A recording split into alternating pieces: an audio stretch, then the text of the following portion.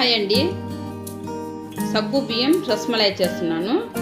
ముందుగా నేను custard powder తీసుకొని పాలలో కలిపి పక్కన పెట్టేసి అది ఇంకా కొద్దిగా అర్ధ లీటర్ పాలలో కలిపి మనం పాలు తయారు చేసి పెట్టుకోవాలి. పక్కనే దానిలో షుగర్ కూడా కలుపుకోవాలి. మనకు తీపికి ఎంత కావాలో అంత షుగర్ కలిపి పెట్టేసిన తర్వాత సగ్గు బియ్యం కొద్దిగా పొడి కొట్టుకోవాలి. బాగా మిక్సీలో వేసి పొడి కొట్టిన తర్వాత దీనిలో మళ్ళీ కస్టర్డ్ పౌడర్ కలపాలి.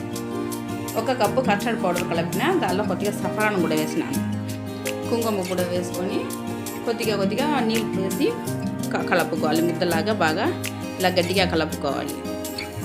చూడండి, ఈ విధంగా కలుపుకోవాలి. బాగా కలిపిన తర్వాత ఒక అర్ధగంట అట్లా పక్కన పెట్టేసేయాలి. ఎందుకంటే సగ్గు బియ్యం నీళ్ళు చాలా గట్టి లాగుతాయి కదా, అది కొద్దిగా నానాలని అందుకనేసి పక్కన ఒక అర్ధగంట పెట్టేసిన తర్వాత మనం ఇట్లా బాల్ లాగా చుట్టుకోవాలి.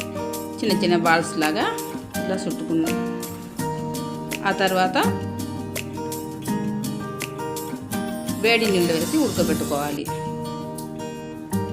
ఇట్లా మంచిగా ఒక 15 నిమిషాలు అట్లా ఉడకబెట్టుకోవాలి. దానిలో కొద్దిగా గీ కూడా వేసుకొని బాగా మెత్తగా వచ్చిన దాకా ఉడకబెట్టుకోవాలి. బాగా మంచిగా ఉడికింది చూడండి, ఈ విధంగా ఉండాలి. ఉడికినదాన్ని ఒక ప్లేట్లో నేను తీస్తున్నాను చూడండి. ఇట్లా తీసిన తర్వాత మనం పక్కన నేను కాచి పెట్టిన పాలు ఉంది కదా, కస్టర్డ్ పాలు, ఆ కస్టర్డ్ పాలు దీనిలో వేసాలి. బాగా చిక్కగా కాచి పెట్టుకోవాలి.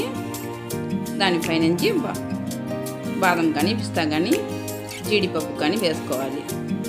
ఇంతేనండి, చాలా ఈజీగా అయిపోతుంది. Simple recipe. నచ్చితే లైక్ చేయండి,